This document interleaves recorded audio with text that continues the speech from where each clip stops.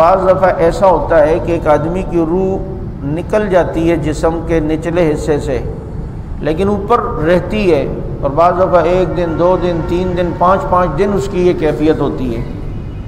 تو روح پھنسی ہوئی کہتے ہیں کہ جی روح اس کی پھنسی ہوئی ہے، وقت ابھی نہیں آیا ہوا۔ تو ایسے کنڈیشن والے آدمی کے قریب یاسین شریف پڑھی جائے، یاسین شریف پڑھنے سے اس کی روح آسانی سے نکلے گی۔ اور یہ بات بھی مشاہدے میں آئی ہے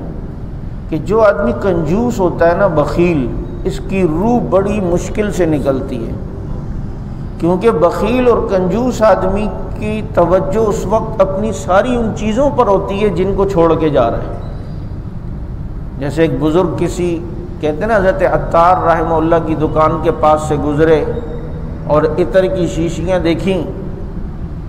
اور ان سے کہا کہ تیری روح کیسے نکلے گی، ایک ایک شیشی میں جا کے پھنسے گی۔ تو ایک ایک شیشی میں جا کے پھنسنے سے مراد یہ نہیں کہ روح وہاں جا کے پھنسے گی، وہ مطلب یہ کہ جب آدمی کی دھیان اس کی طرف یہ بھی جا رہا ہے، یار یہ سرمایہ بھی چھوٹ رہا ہے، یار یہ بھی، تو ساری توجہ انسان کی وہاں ہے، تو سمجھو روح پھنس رہی ہے وہاں پر۔ تو انہوں نے اس کو کہا میری روح کی فکر چھوڑ، اپنی روح کی فکر کر۔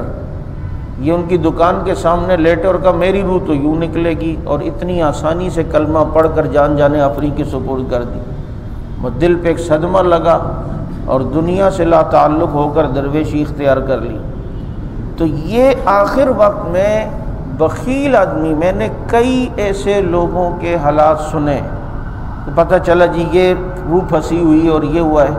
تو اتنے کنجوس مکھی چوس ہوتے ہیں کہ بعض دفعہ اپنی اولاد پہ بھی خرچ نہیں کرتے، اولاد چھوڑو اپنے پہ بھی خرچ نہیں کرتے۔ اس لیے سخی آدمی اللہ کو پسند ہے، سخی آدمی،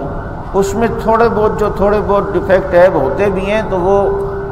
معاف کر دی جاتے ہیں، کیونکہ جس کی کوئی ایک عادت صفت اچھی لگ جائے نا تو باقی چیزوں کی طرف دھیان نہیں ہوتا، اسے اگنور کر دیا جاتا ہے۔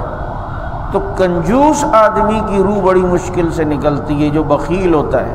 اور اس سے بڑا بخیل اور کون ہوگا کہ اس پر زکوٰۃ فرض ہے، صدقات واجبہ ضروری ہیں، وہ اللہ کو نہیں دے رہا تو اپنے بچوں کو کیا دے گا، اپنی اولاد کو کیا دے گا۔ اس لیے آدمی کو دعا کرتے رہنا چاہیے کہ اللہ تعالی ہمیں بھی سخاوت عطا فرمائے۔